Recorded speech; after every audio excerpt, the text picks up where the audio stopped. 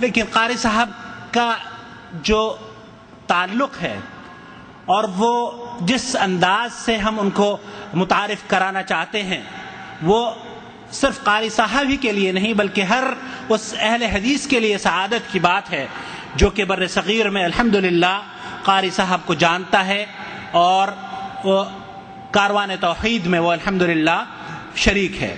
कारी साहब का ताल्लुक़ हम कुरान करीम की खिदमात के हवाले से कराते हैं। कारी साहब मदीना यूनिवर्सिटी से फारिग तहसील होने के बाद अल्लाह रब्बुल आलमीन ने कारी सुहैब को वो मलका अता फरमाया कि बाज़ वो क़िराअतें जिन क़िराअतों को हम ना सुनते हैं और ना हमें उन क़िराअतों का पता भी है, कुरान करीम की 10 तरह की जो क़िराअतें हैं, अल्लाह रब्बुल आलमीन ने कारी सुहैब को वो मलका अता फरमाया है कि आप बखूबी उन पर उन क़िराअत को जानते हैं और उन पर क़िराअत करते हैं। अऊज़ु बिल्लाहि मिनश शैतानिर रजीम।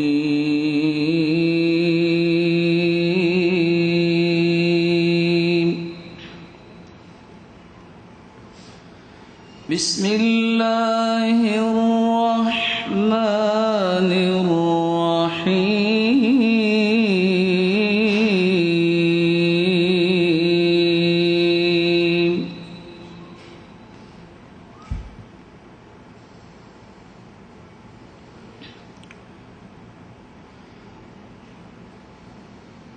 वलिल्लाहि मुल्कुस समावाति वल अर्दि वल्लाहु अला कुल्ली शैइन क़दीर।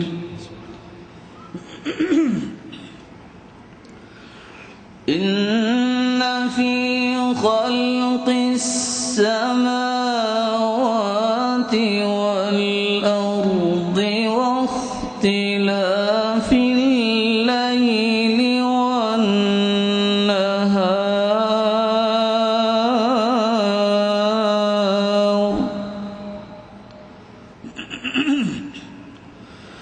वख्तिलाफिल लैलि वन्नहार लआयातिन लिउलिल अल्बाब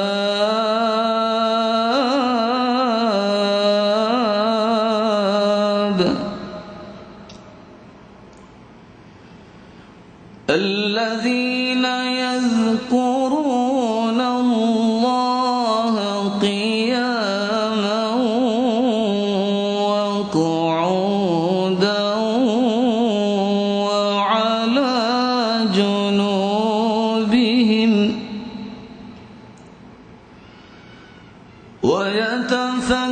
ويتفكرون في خلق السماوات والأرض ربنا ما خلقت هذا باطلا سبحانك فقنا عذاب النار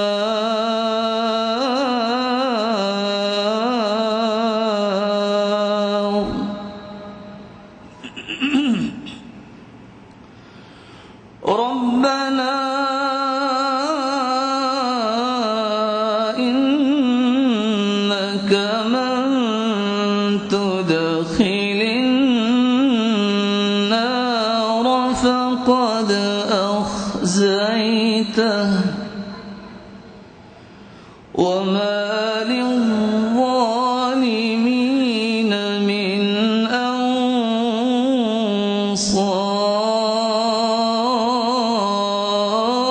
أنصار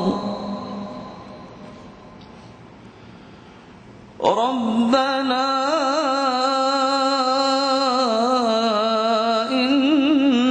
إننا سمعنا مناديا ينادي للإيمان أن آمنوا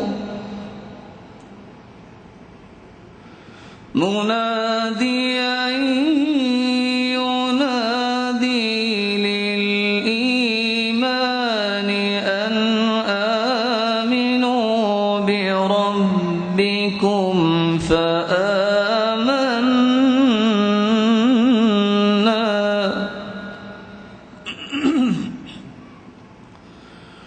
ربنا فاغفر لنا ذنوبنا وكفر عنا سيئاتنا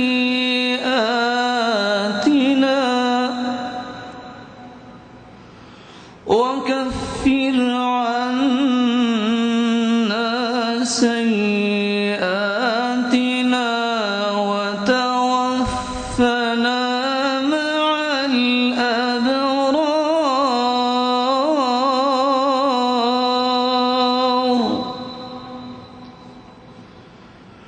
ربنا وآتنا ما وعدتنا على رسلك ولا تخزنا يوم القيامة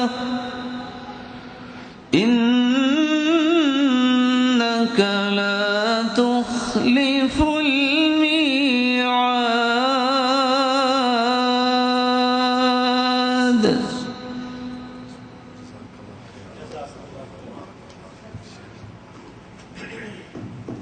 जज़ाकुमुल्लाह खैर अहसन जज़ा हज़रात, इसी पर हम आज की अपनी मजलिस का इख्तिताम करते हैं। जज़ाकुमुल्लाह खैर अहसन जज़ा।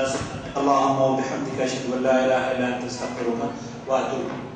12 सितंबर को जुमे के दिन